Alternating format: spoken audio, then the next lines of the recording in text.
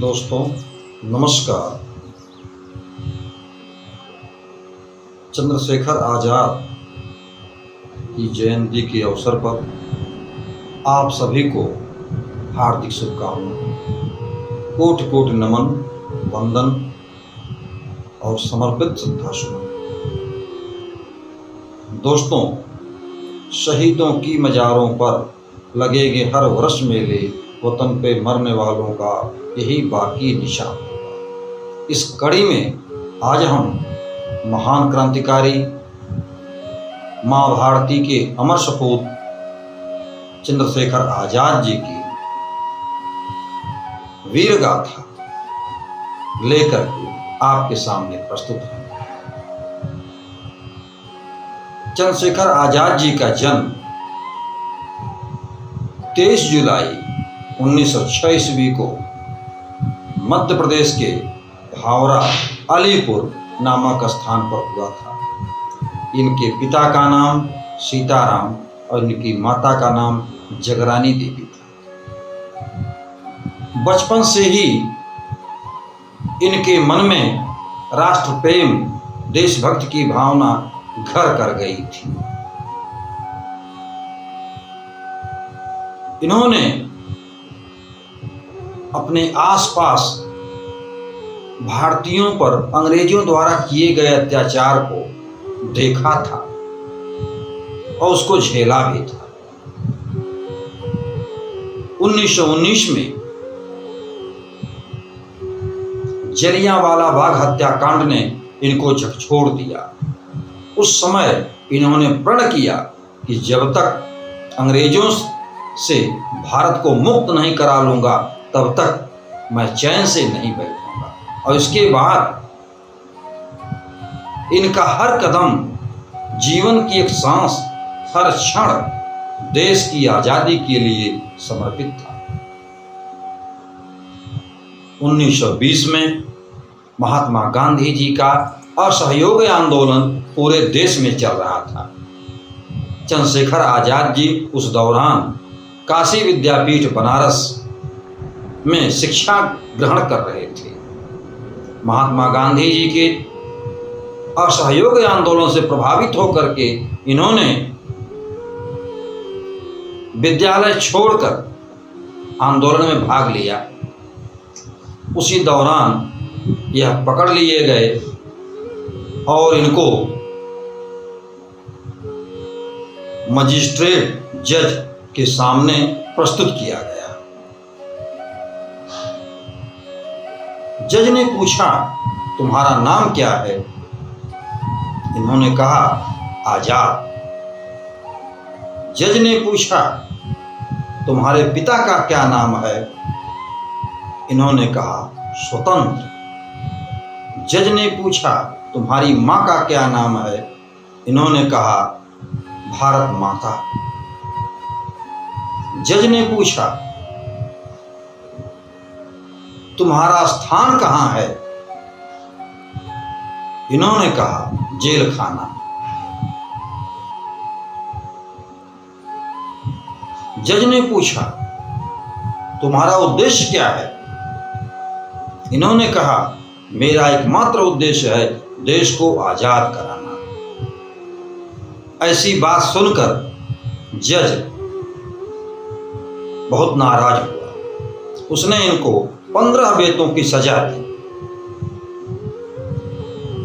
वहां पर मौजूद अंग्रेज अधिकारी ने इनको जब 15 बेतों की सजा दी तो हर बेत जब इनके शरीर पर लगता था तो इनके मुंह से भारत माता की जय, इंकलाब जिंदाबाद का नारा गूंजता था। वहां पर खड़े जज ने इनकी वीरता से प्रभावित होकर 3 पैसे इनको पुरस्कार में दिए, लेकिन चंद्रशेखर आज़ाद जी ने उन पैसों को लेने से मना कर दिया। कहा, तुम्हारे सहानुभूति हमको नहीं चाहिए, हमको भारत आजाद देश चाहिए। इसके बाद इन्होंने अनेक आंदोलनों में भाग लिया।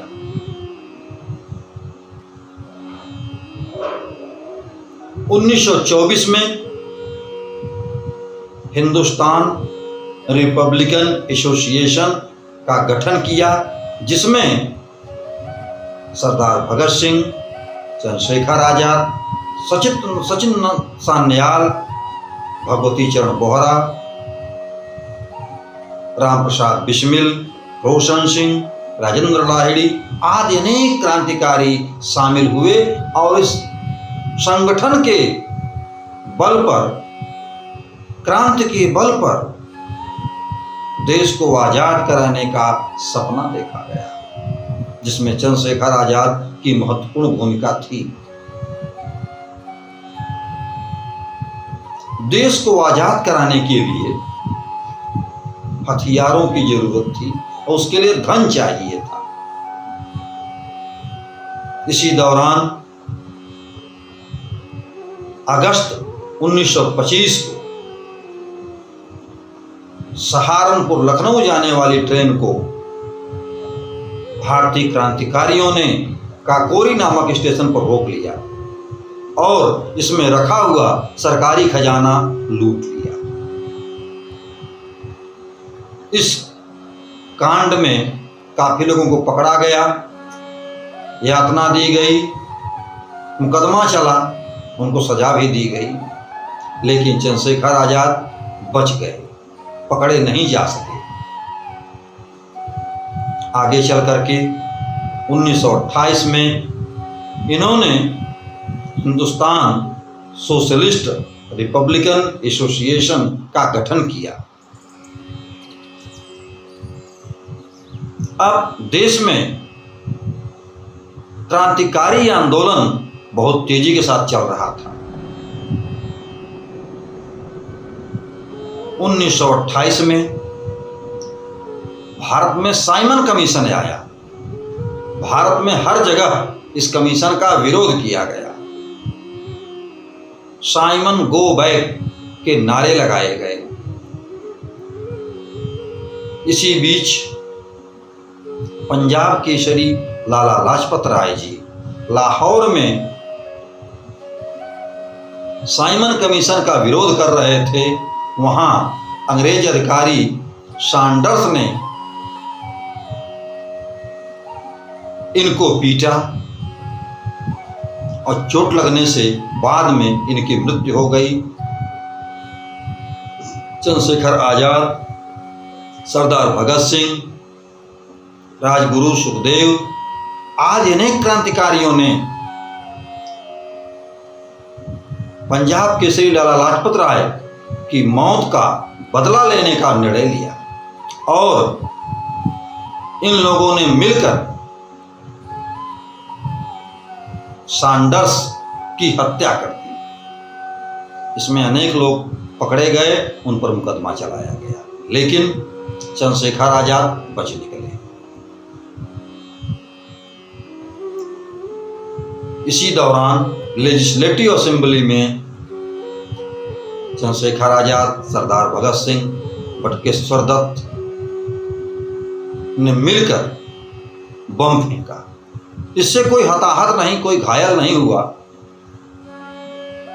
और इन लोगों ने कहा कि यह बम फेंकने का हमारा उद्देश्य बाहरों को सुनाना था, लेकिन इस पर भी भारतीय क्रांतिकारियों को अनेक यातनाएं दी गईं, सजा दी गई, मुकदमा चला।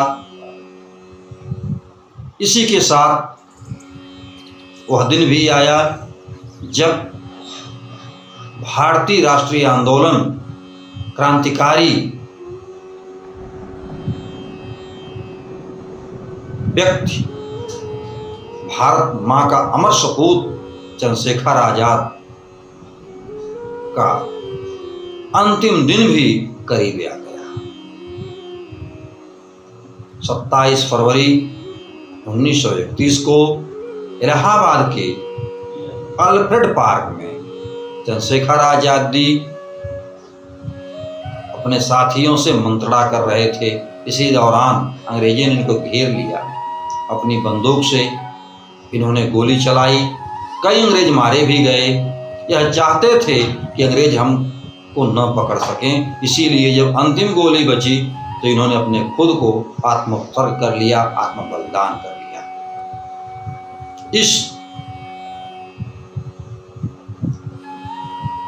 अवसर पर इस महान क्रांतिकारी देशभक्त को कोटि कोटि नमन, श्रद्धा सुमन, अश्रुपूर्व श्रद्धांजलि। धन्यवाद। बस।